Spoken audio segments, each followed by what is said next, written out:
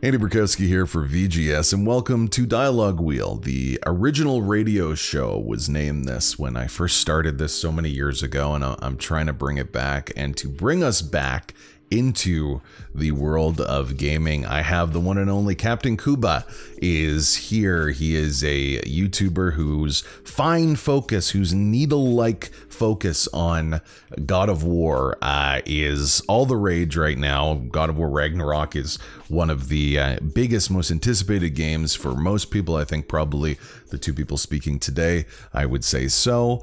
And it's a nice meeting. Kuba is very popular for taking all of the lore and examining it, and a lot of my popularity is about gathering all the lore so that everyone can see it and see it on YouTube. So it only makes sense. I said before, I've used your videos many times just to double check stuff. Just maybe what did he say? Just go back to your videos.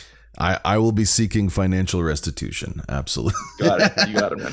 So so your background, just a little bit, Kuba, it is absolutely God of War focused, but in the last little while in particular, you've had a real boom. Things have, your profile's gone up and you've been able to get access that even big journalists haven't been able to. So what's going on with you and your focus on God of War? I mean, it's been going good. Like when I started this channel, I didn't want it to be just God of War only. It was only recently when I opened another channel just to play other games and just dedicated the main Kaptain Kuba channel to God of War videos. So it has been good. I can't complain. The whole interview with Corey and Eric, it was really good for the channel, and just the game being a showcase in and of itself was really good too. Mm-hmm. It's been a fun time on the channel here. So, yeah, I think that goes into my first topic I want to discuss with you.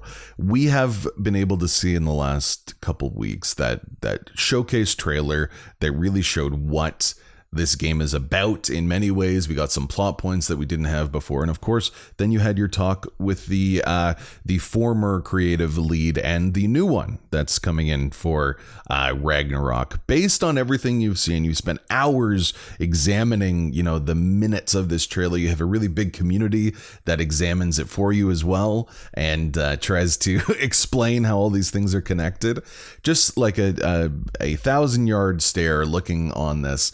Do you think that the game God of War Ragnarok is heading in a direction that is concurrent with what you and your community and a lot of God of War fans are hoping for? For the most part, we think it's going in the right direction. The only thing that hit us hard was this thing of it only being 2 games for the Norse saga.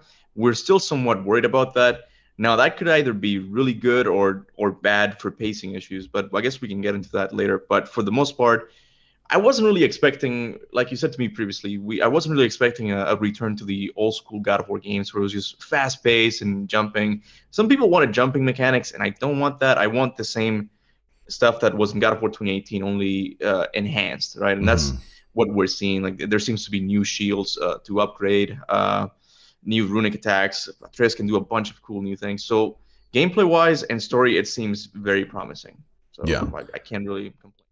Yeah, and so you alluded to what we were talking about before. Before God of War 2018, I was not the biggest God of War fan.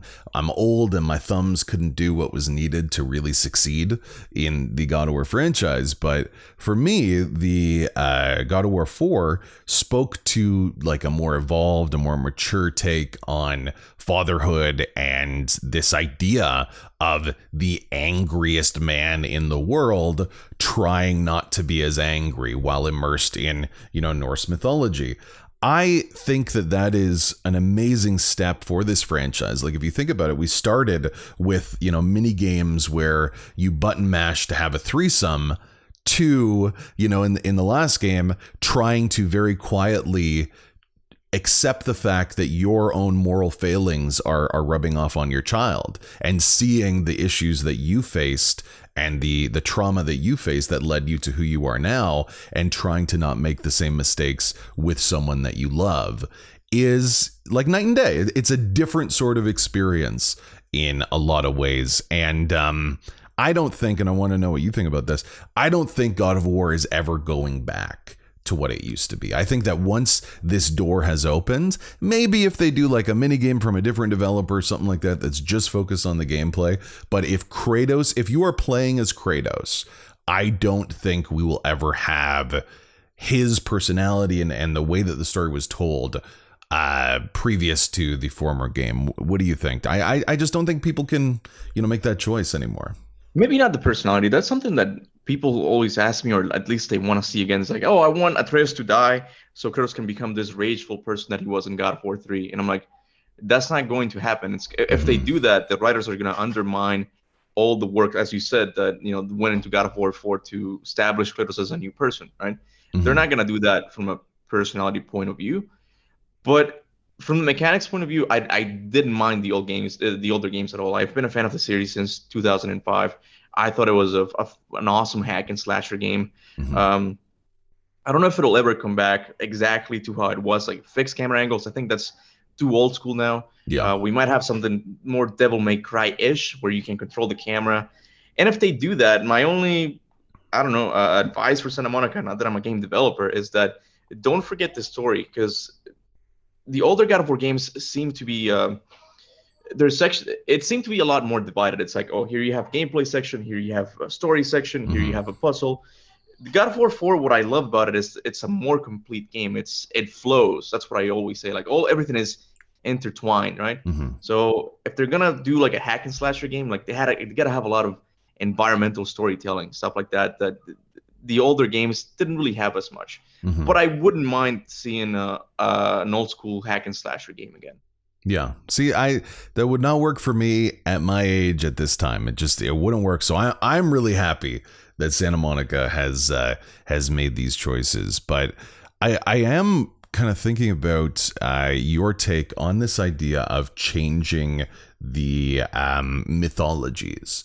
So we're going to go into it a little bit more. There is some indication that maybe, different mythologies could be possibly, uncovered in Ragnarok. But if it wasn't Norse, if, we didn't make these choices, if Santa Monica didn't make this choice to go into that pantheon, where would you like to see Kratos and the God of War figure go?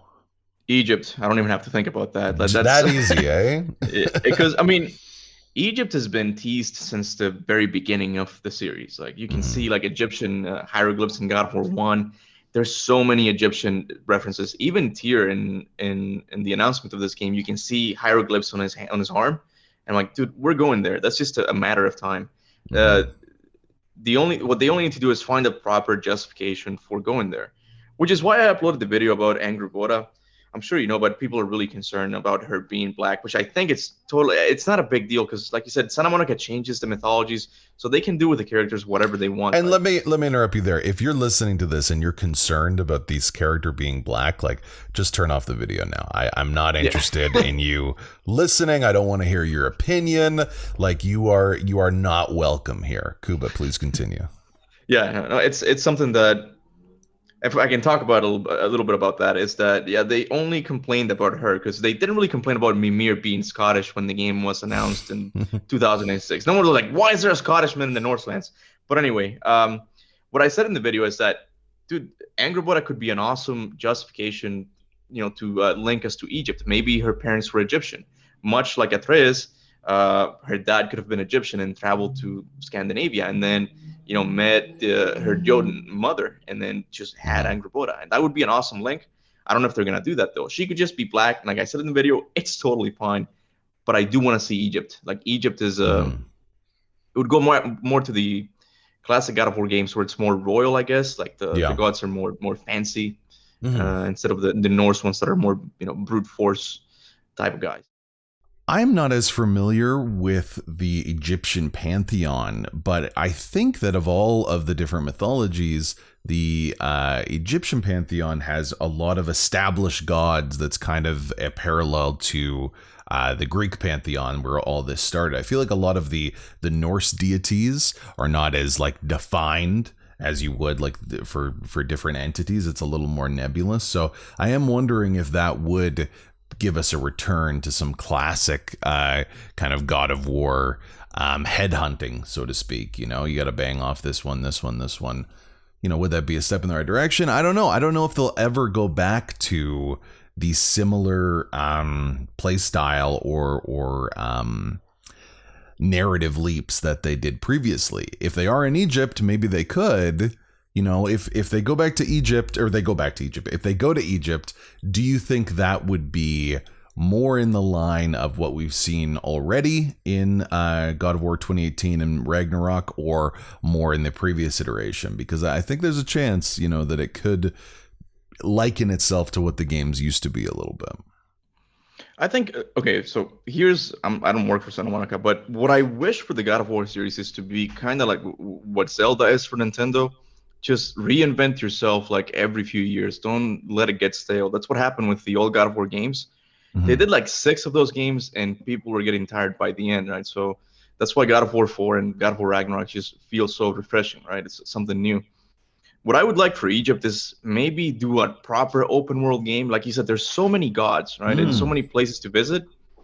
Just give us Atreus to free roam. And I say Atreus because he's gonna have that ability to shapeshift, right? So I've always thought it'd be cool to, I don't know, look at an eagle and be like, oh, shapeshift into an eagle, and then you just fly around an open world. It's just, I've always liked that idea.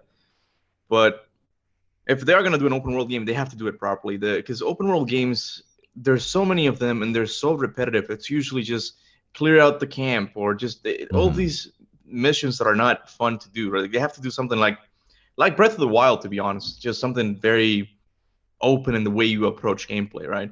So again, but God of War Ragnarok is not, if it ain't broke, don't fix it. So they might apply the same logic to it. So I don't know. I think they could still squeeze out a few more games with the mechanics they have in God of War 4. But I would like an open world God of War game, a proper one, that is. Yeah, I don't think in Ragnarok, I am thinking and hoping that we'll see a lot of we've already seen in God of War 2018. Like, if they're sneakily, are putting in an open world in Ragnarok, that would be pretty big. That would be huge. I don't think that is going to happen, but I love your idea of the new God of War is Atreus, and it's more of an open world, and there's like shape-shifting mechanics and all that stuff. I think that is incredible. I would love to have something like that, especially if you are playing as Atreus. If the story of Kratos is done, depending on what the game is, that makes a lot of sense for the framework to change. Just like in 2018, it made sense because this is a different sort of Kratos now. He's grizzled, he's broken, he's bearded, it's supposed to mean a different sea change here. I love that idea. I think it could be a lot of fun. I think it would upset a lot of people.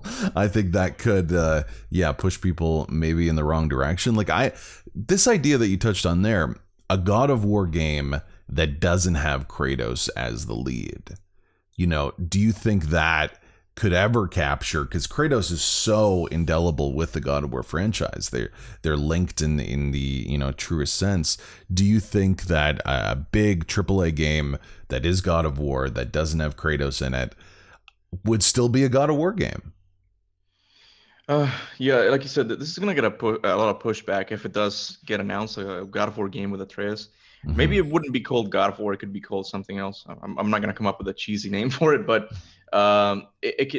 game series have been known to have a spin-off series as well, right? Like Uncharted had Lost Legacy, which gave us Nadine, right? The gameplay style didn't really change at all, but I think if you like the character enough, it's very possible to make a game with them, right? I would also like a Fae prequel, a game that takes place in the earlier days of Norse mythology before Kratos arrived in Scandinavia, playing as Fae, and that could have the same gameplay mechanics as God of War 4. But yeah, all these ideas are going to get a lot of pushback. But if they want to expand the God of War universe, which is what I think they're doing, they will need to branch out outside of Kratos. But I don't think Kratos is going to... I don't think this is Kratos' end just yet. Like, he still has a lot more, story to tell. Yeah, so that's something we're going to get to as well. It's something we talked about on your stream, actually, about the fate of Kratos in Ragnarok. I am team he's dying. It's going to be very powerful, and I can't wait to see it. You are not on that team, so we're going to get into that in a little bit. Your bread and butter right now is theory speculation, examining like I said, every little piece of detail in all of these games and trying to figure out what it all means. You have a great community that supports you in that.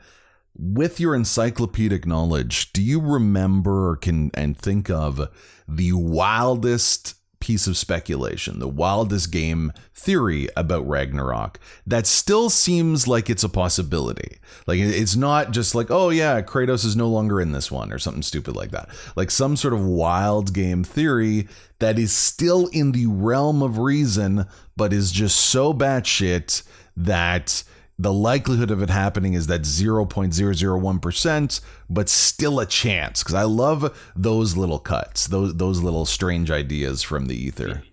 I do remember a batshit crazy theory people had when God of War 2018 came out, but I don't think I really don't think it's going to happen. And it was Kratos being Jormungandr. Like him being. People were pointing out Jormungandr has got white skin and he's got red. I'm like, guys, he's not Kratos. How is he gonna? Fans would be really pissed if that happened. Just turn this iconic character into another one completely, one that he can speak, but he just mumbles and stuff. Mm-hmm. They wouldn't want that. That's a bad shit, crazy one. And for the new game is the dwarf being Odin. I really disagree with that one. I'm sure you've heard it. You want to talk about that? The really friendly, awesome octopus dude being Odin? Yeah.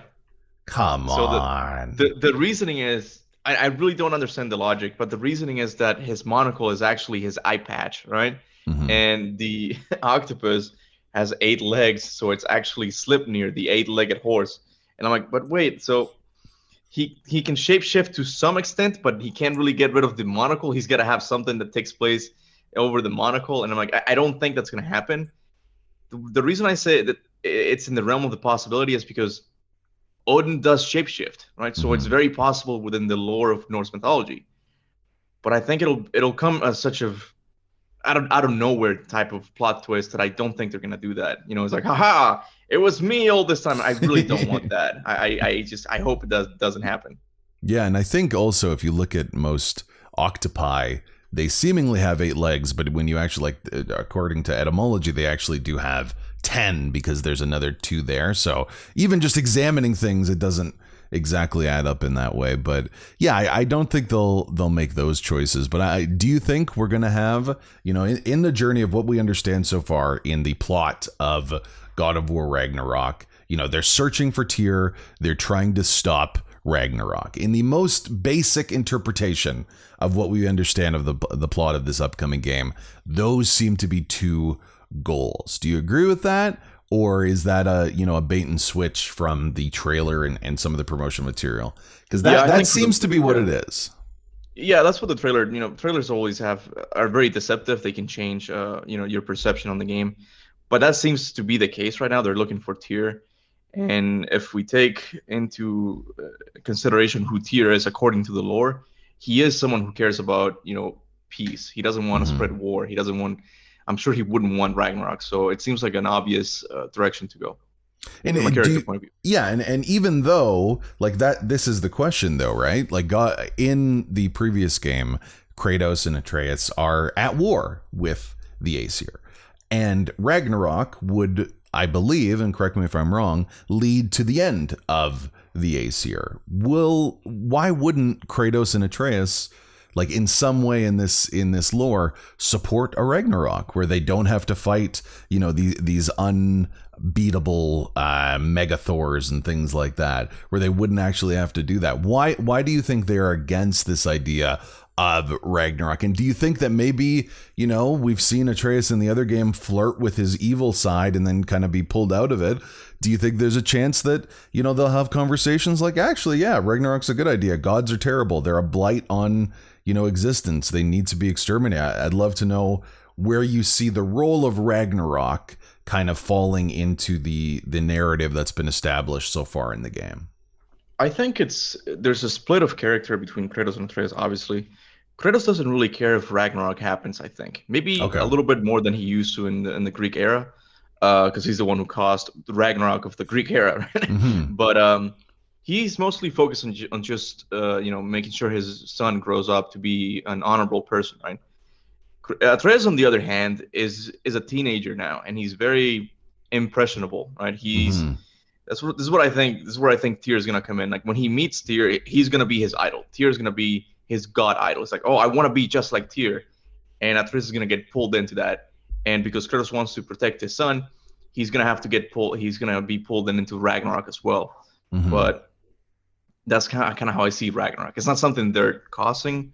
It's something that Kratos doesn't want to happen. But it's just he's just there for his son to make Yeah, sure he makes it out alive. because in the end of the last game, the implication is that Kratos and Atreus began Fimbulwinter and the steps of this by killing Baldur and making all this happen. So there is, a sense of responsibility to Kratos and Atreus. And if they're traveling in other realms, because Midgard at this point in the other game has very few living humans that you see. There's a lot of creatures and demigods and things like that and other creatures, but the actual people that you see are few and far between, and when you do see them, Atreus kills them.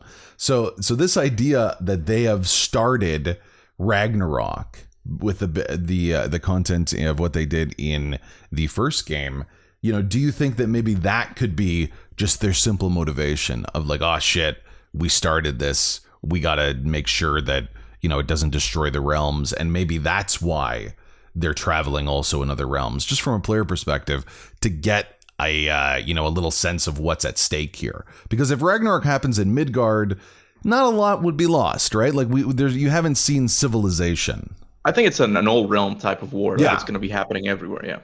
But do you like that's what I mean? In the trailers, it seems like we're seeing actual civilization in some of the other realms that we're traveling in a way that we haven't really seen before. And what do you think that impact will be on the story of traveling to all these realms? I think there's some indication that we might be going to all of them or something close to that. How do you hope and see and think the different realms will work in God of War Ragnarok? Well, yeah, the director said that we are going to be able to go to all the realms, all of them. Mm-hmm. Asgard, Jotunheim, all of them are going to be available to us. So, like you said, they might get a new perspective on, oh, wow, Midgard is pretty desolate, but there's a lot of life outside of monsters, in Vanaheim or in Mm-hmm. Svartalheim. That's the one we saw with the dwarves. So maybe that'll be the justification.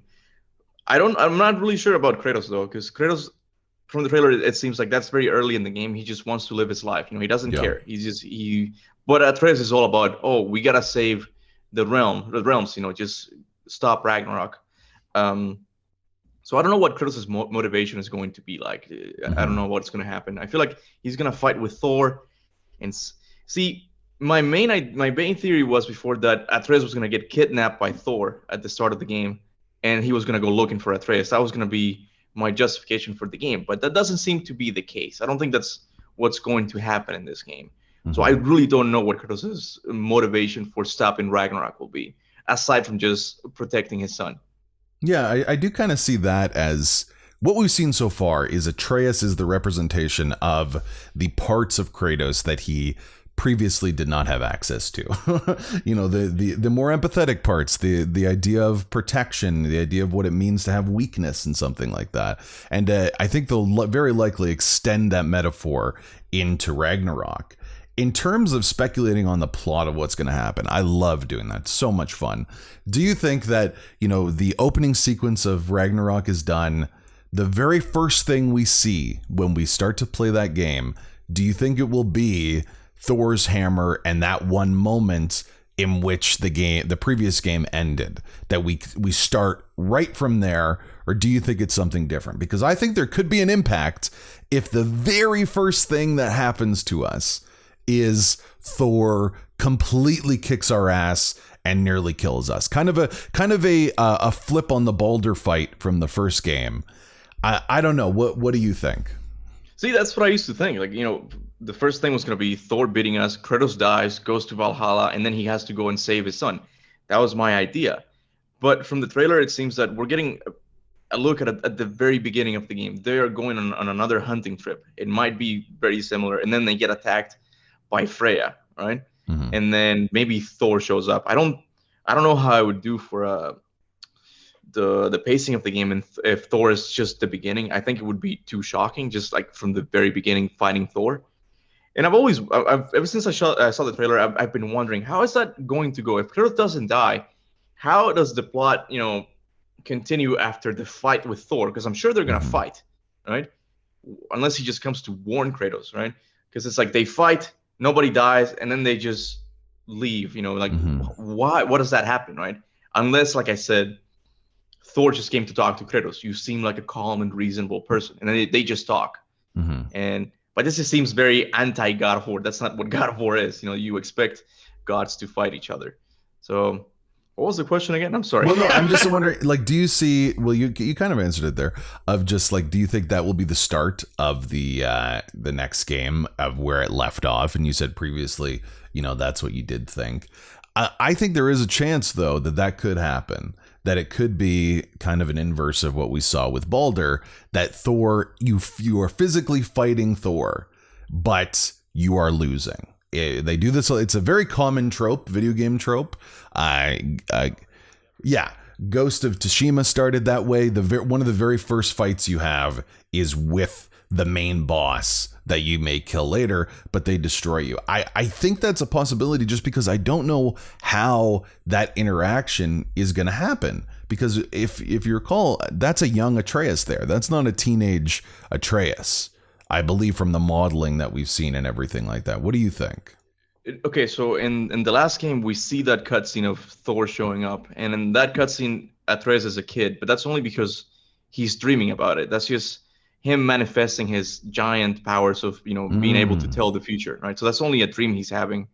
In the trailer, we see the same shot, but Atreus is much older. He's a teenager now in the shot. In the same shot, he's older Oh, now. really? I didn't even know that. Yeah, So in the trailer, wow. Okay, so yeah. So 3 years have gone by, and then that shot happens again.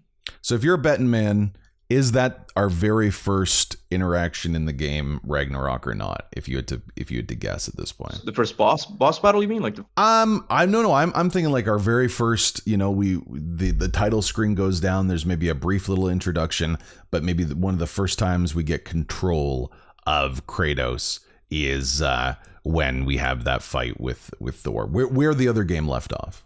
Okay, I'm gonna try and predict what the intro is gonna be like. Okay, this is just Okay. me throwing Everybody it out listen there. up. Okay. Listen up. All right, so I think we're gonna start off very similar to how God of War 2018 started. Right, there's gonna be a hunting trip.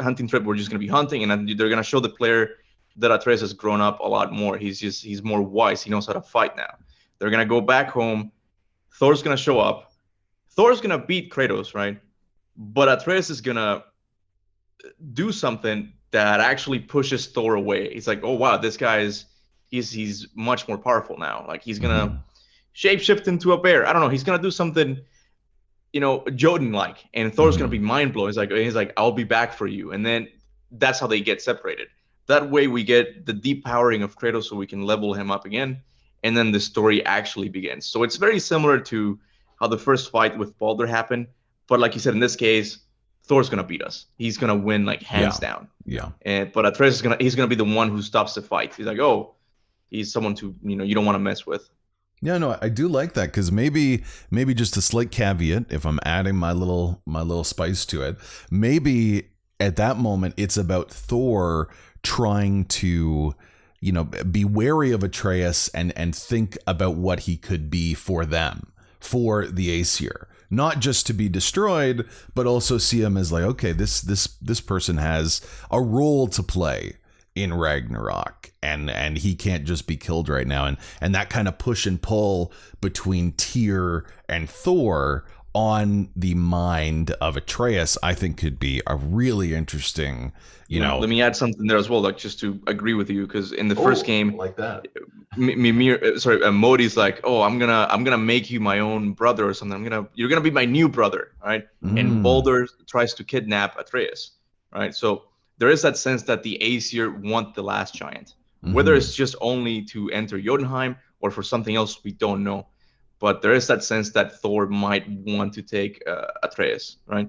But I think Atreus is gonna step up. He's gonna do something incredibly magical and just stop Thor from doing that. It's like, no, you don't want to mess with me right now.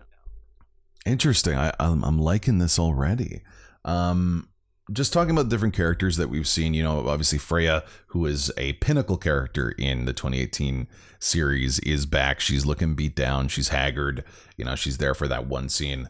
Do you think this could be a bait and switch where she's available very early on and then maybe gets, I don't know, killed by Thor or something, or dies quickly? Or do you think she will be a recurring character that has a something meaningful on the plot? Because I'm thinking it could be a bit of a bait and switch. I think she's gonna die, or something is going, maybe not killed by Kratos, but I don't know, the impact of them fighting and then Thor just meaninglessly killing her like she doesn't even matter.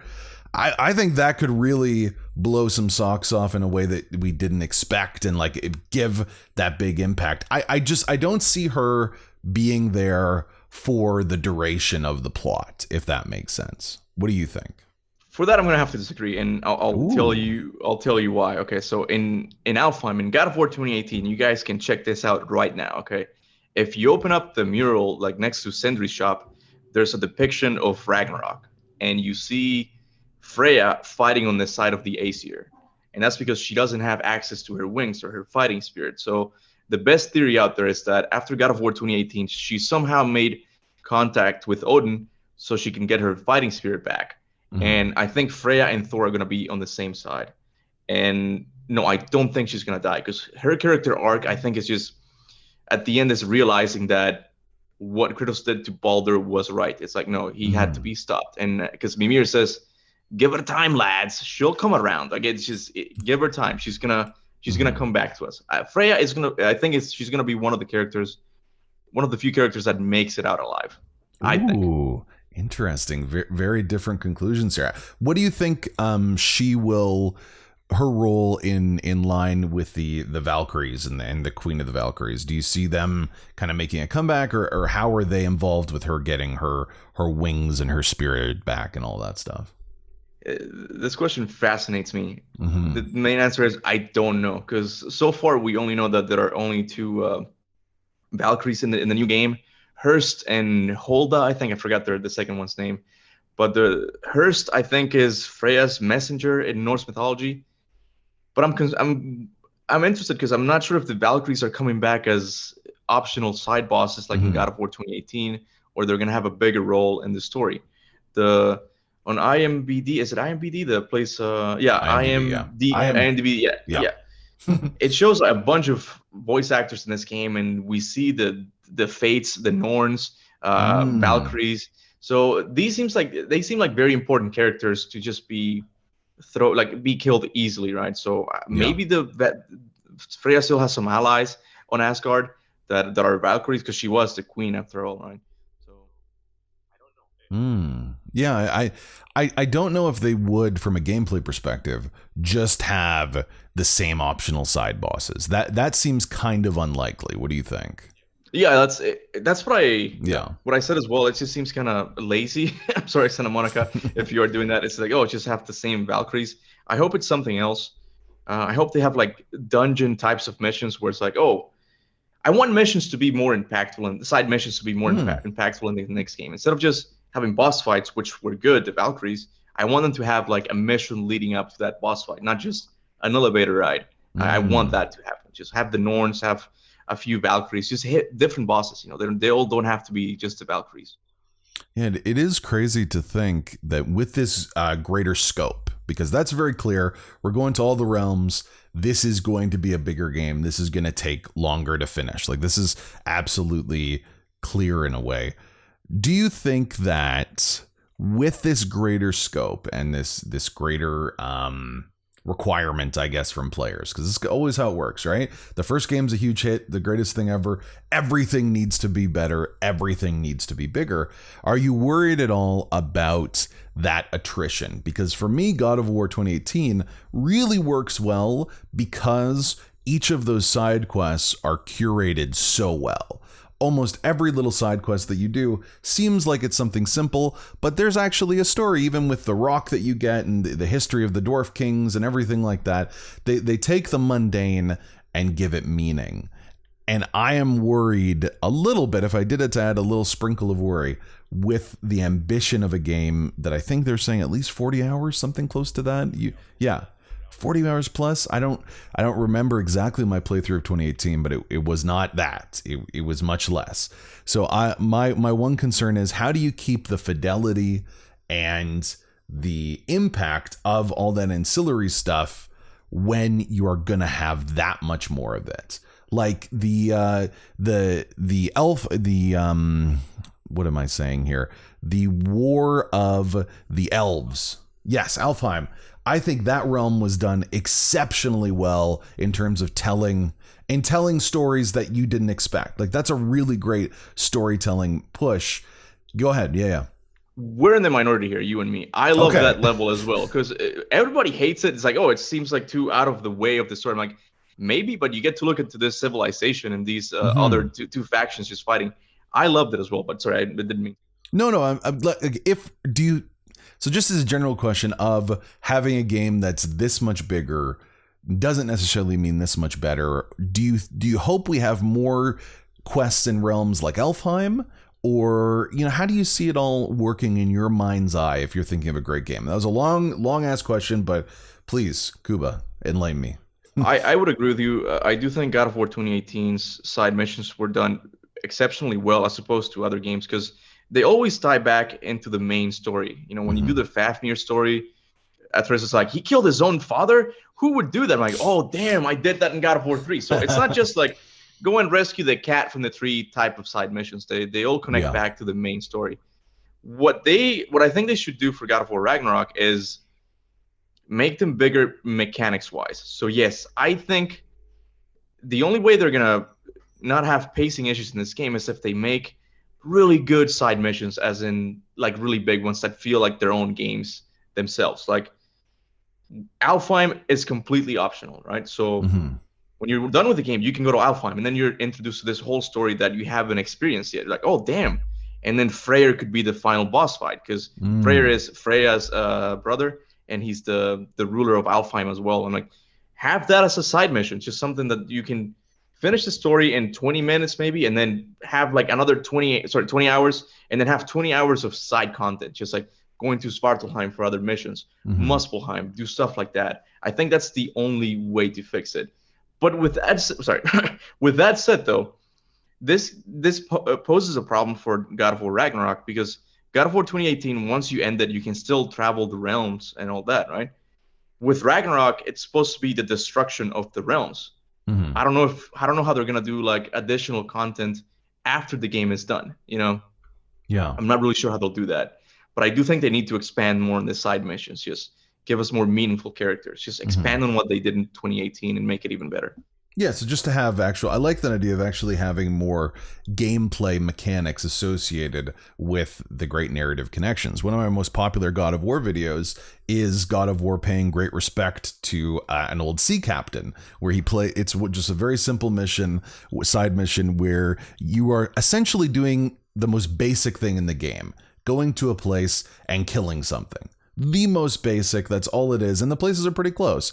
But narratively, it's so impactful because it shows remorse that Kratos has, and trying to impact those good morals onto your kid was incredible. And it was, I think that's why it's the most popular. So stuff like that in the next game, I think, could be a huge hit. But I agree, adding more of that, the mechanics that you spend that long on.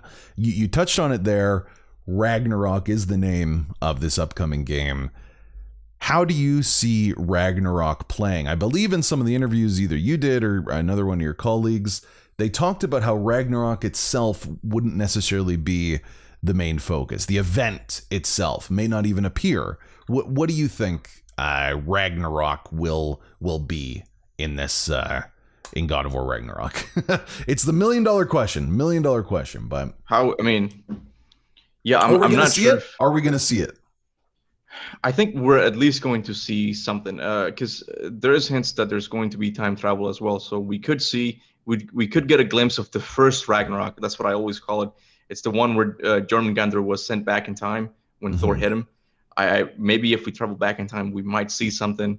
So that way we can get our Ragnarok fixed. Because I think fans are going to be disappointed if we don't get to see an actual Ragnarok battle. So we have to get something Ragnarok related, and maybe Kratos and Atreus will stop the one from this timeline, and that'll be okay. I don't know. I really don't know. I know it's going to be in it somehow, or fans are going to be disappointed. That's for sure. Interesting. Yeah, I agree with you. I think there was some mulling that it wouldn't happen in it, but it's called Ragnarok. You've been building up. You're not going to have a third game in this Norse universe. Like, I do agree that I think that has to happen. This leads us to the big question: the fate of Kratos in Ragnarok. We've all seen the mural at the end of the 2018 game. There's speculations abound on that.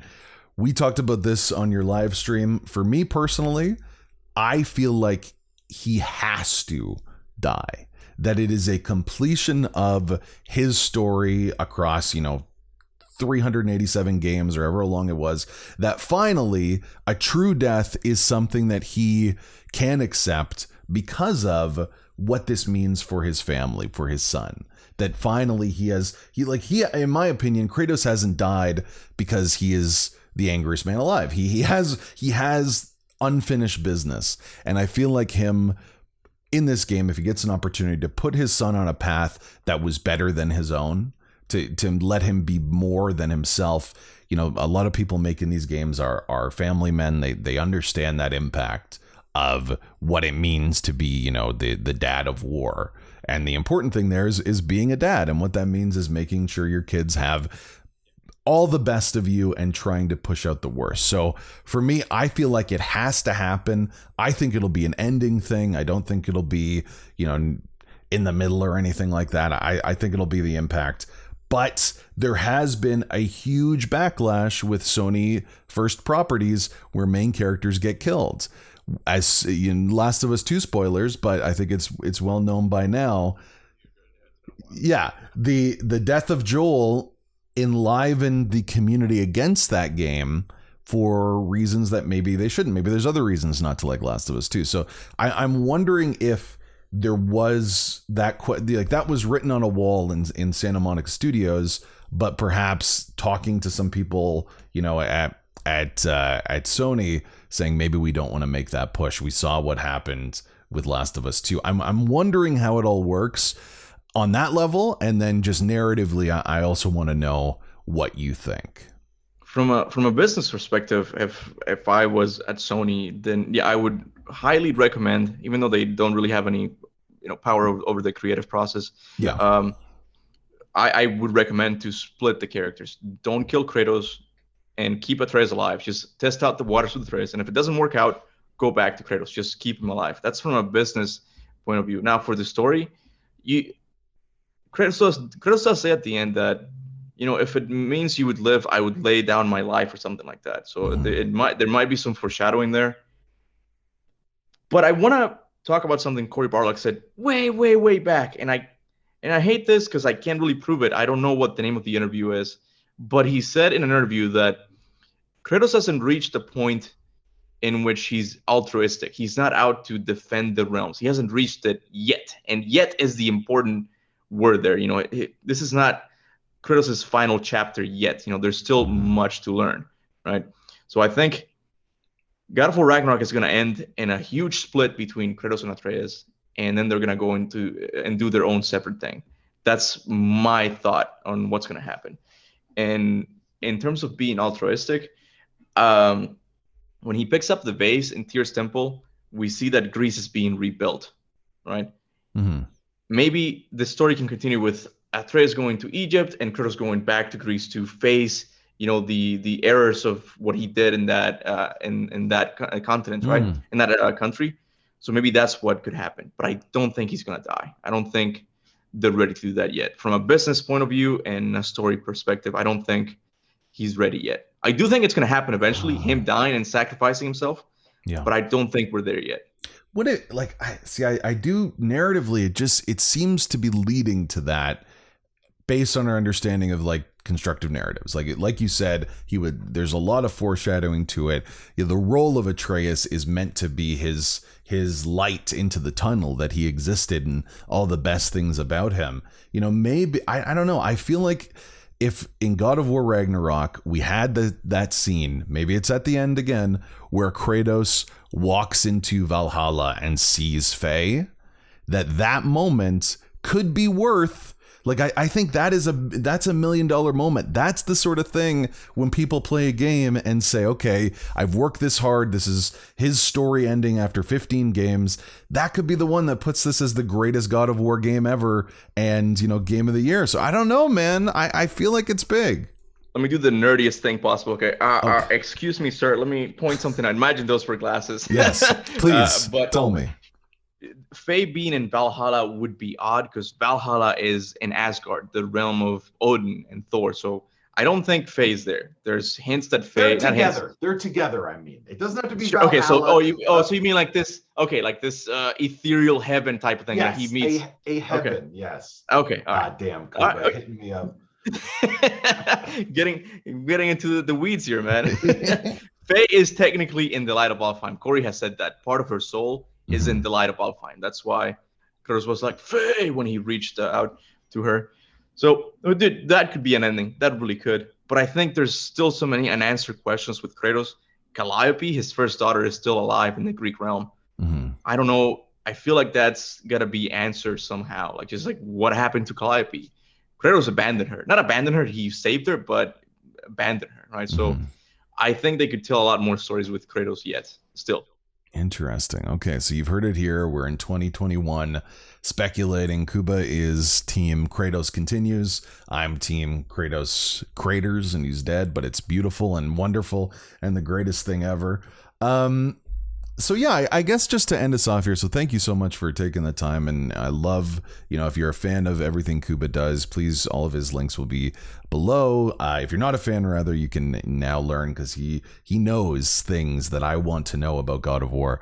A lot of the time you spend talking about these games and looking about these games and talking to the people, what do you think could happen that would genuinely upset you to the point of being disappointed with this game? I don't think God of War 2018 is a perfect game. I think there are things you could change in pacing, narrative expectations, and overall gameplay to make it better, as every product can continue, every art can be refined.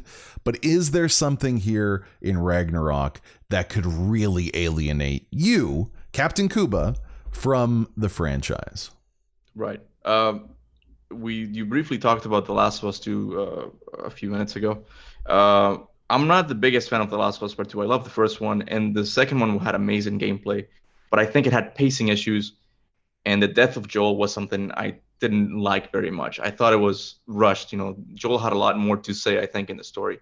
Something I would hate for God of War is to follow those same steps of just Kratos dying halfway through, and then continuing with Tyr for some reason. And, Kratos, Tyr and Atreus take the role of the protagonist. I hope that doesn't happen. I don't think Santa Monica will do that, right? The other thing is just pacing issues overall, because like we said, this is the final game in the Norse saga. Only 2 games. We got to deal with Freya, Thor, Odin. There's so many things to deal with. I have confidence in Eric Williams, right? He seems like an awesome guy, and he's going to direct a great game. But like I said, the only way to fix that is spread it out with side missions. Just make the side missions more meaningful and just give us an awesome story. Those are the 2 things that I'm most worried about in this game. I don't think they're going to kill off Kratos in the middle of the story, but that would be something that would bum me out. Oh, I could see that. I think that I agree with you. I don't think it's going to happen. But in terms of things that could alienate people, Kratos dying midway would be a big alienation. People would not be happy with that, and maybe not finish.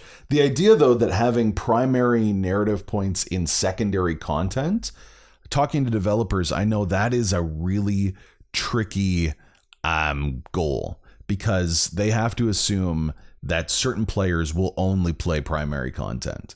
And if they provide, important narrative beats that help flesh out the characters and tell the story more completely, too much in the side content, I think there will be a huge segment of the population that play this game that won't get a full story. So I think it's even more complicated than what you're saying with pacing, because like they can do that with some things, like the great side quests of learning about some of the origins of actual Ragnarok going to happen, like what Brock and Sindri have already done with Fenrir and stuff like that. Like that was in side quests I really like.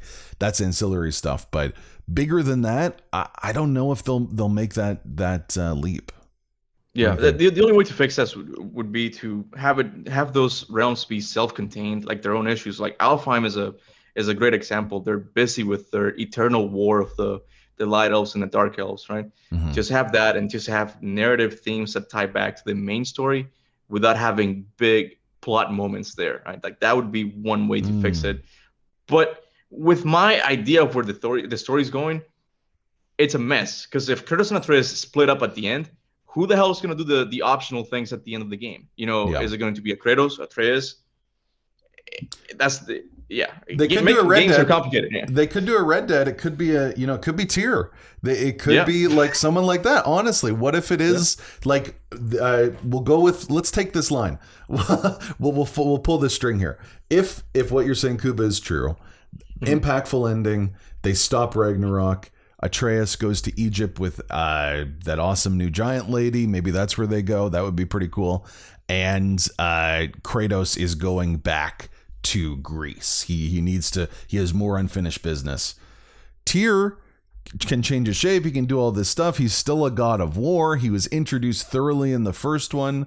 You know, they made these, a lot of big studios have done this, and Red Dead is what I think of the most. They did this entirely. Yeah. And in the first game of playing as, another spoiler there, but of playing as your kid after the game is done to complete all the side content. I know there's other games that have done that in the past. If that happened, I would be blown away and extremely excited about that sort of endeavor. What do you think? I really do like this conversation because we're just going back and forth. Yeah, man. And look, I think that worked for Red Dead because they're just two, cowboy dudes. We're just used to the same guns. But there's so much lore in God of War with the Leviathan axe and the Blades of Chaos. If Tyr were to be like the guy who picks up the reins at the end of the game, how would he get access to the Blades of Chaos? How would he get access to the Leviathan axe? And on top of that, I don't think Tyr's making it out alive. I think Kratos is gonna kill him. That's my other prediction. Kratos is gonna kill Tyr. Whoa! Why do you think that's gonna happen? Let's finish up with that. Why do you think? Because again, we've talked about Tyr, and actually, if you stay tuned, I'm gonna have a little video on Tyr because so many of y'all are interested in the Tyr videos I have. He is very important to the framework and stepping stones of Ragnarok and Fenrir, and the giant wolf of death that ends everything. Like, he's very, very important. Why do you think we clearly see him in the trailer. He's represented as the god of peace. He's a god of war that sought for peace. Everyone loved him. He was amazing. He goes everywhere. He is sad and sullen in this game. Why do you think Kratos kills the embodiment of everything that is good about him? Yeah. So, I want to know. I'll talk about it more. And I have to make my full prediction of the story. So I'll talk about it. I'll give my reasons why in that video. But I think once Atreus meets Tyr, like I said, Atreus is going to fall in love with him in the sense that it's going to be his idol. And Tyr is all about, giving himself up for the good of humanity. And Atreus might want to do the same, right? So there's going to come a point in the story where the only way to save the realms is going to be by Atreus sacrificing himself. Atreus is going to be the only one capable of doing that, right? And Tyr's going to be like, this hurts me, but it has to happen. And Kratos is like, no, that's not happening. And that's when they'll fight. And then you get the mural scene. Atreus holding Tyr, because that's his idol. And the words in the mural say, Father, God, betrayal. So it kind of makes sense the father killed Tyr, and that seems to him like a betrayal. I think Kratos is going to kill Tyr. Just to interrupt you, you think that's Tyr, not Kratos in the mural? 100%. Yeah, that's Tyr. Yeah. Okay. I think Kratos is going to kill Tyr in order to save his son. Kratos is not going to let him save the Norse pantheon. It's going to be a sad ending. Your ending is, it's nicer as in like, oh, he'll go to heaven with Faye. I think the ending of this game is going to be a lot more darker. Like, the realms are going to be destroyed once again. And this is what's going to push Kratos to be more altruistic, I think. It's like, oh, now it's the next era in his life, like him being an actual good god. So you think Ragnarok will happen in this game? Yeah. That they won't stop it? You think it won't be stopped? Because I don't know. I'm taking your line. I'm again pulling it a little bit there. I do like the mirroring of the Baldur, Freya, Kratos moment now in Ragnarok in your idea between Kratos, Atreus, and Tyr a little bit. Maybe that could be Kratos, giving more understanding to Freya of why, she would fight to the death to protect her son, even if it meant the destruction of everything. Because that kind of, if we are following that line, that does put into question his thought process of killing Baldur a little bit. Like it does kind of flow on its head. So that's a big prediction though, man, that you think in God of War Ragnarok, they will in fact not stop Ragnarok. Yeah, I mean, it might not be as devastating as in the actual mythology, but then again, the mythology, Ragnarok happens and then there's only 2 humans who make it out alive. I forgot their names. It's a guy and a girl. So they restart civilization. I don't know. It's not completely sad, but I don't think it's going to be the happy ending as in like, oh, we killed Odin and Ragnarok is prevented. I think Ragnarok is going to happen.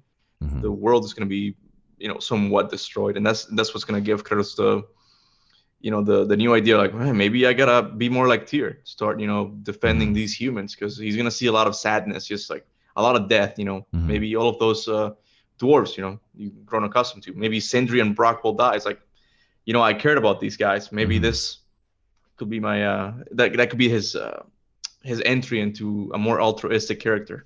Interesting. So I do agree that we are going to see some important people dying, maybe some realms destroyed. I really do like the idea of going to a realm pre-Ragnarok and then post to see how it's different. Like gameplay wise, I think that's great. But I don't follow through with you with this idea that, of course, I think there'll be a sad, somber ending, but I'm still sticking to the fact that this game will show his transition into altruism and sacrifice. It won't be that he learned things from this game and now is willing. Okay. Yeah, I think for me and for a lot of other players out there that it will be essential that we see him have that final moment of some form of sacrifice, whatever it is. Atreus, I don't think is going to die. I like your idea about Tyr, but no, I'm again diverting from Kuba here. I believe that Ragnarok will be stopped at the expense of Kratos' blood. So that's what I'm thinking. I already have a bet with John Ford. I have a gambling problem. Let's do it. How much do you want to put on it? Let's go. We'll put. I don't have my thing right here. I have a custom-made Mimir head out of an old tree from Germany. So maybe we'll put that there. Yeah. Wait, what? Can I see it? Can you? I'll show you another time, but maybe we'll put that on the line. Okay, we're definitely not putting that specifics. We'll talk about the specifics later on. All right. Well, I wanted to thank you, Kuba, for taking your time and all of your fans and followers coming to see this. We do appreciate it. And yeah, I can't wait to see what happens next and what's going to happen from this game. Hopefully, if we get another big trailer or big reveal, will you come back and will we talk about it? Yeah. Well, no problem, dude. I love doing this. I love discussing theories with fans. It's awesome. Awesome. All right, y'all. Well, that is another episode of Dialogue Wheel, and thank you for listening.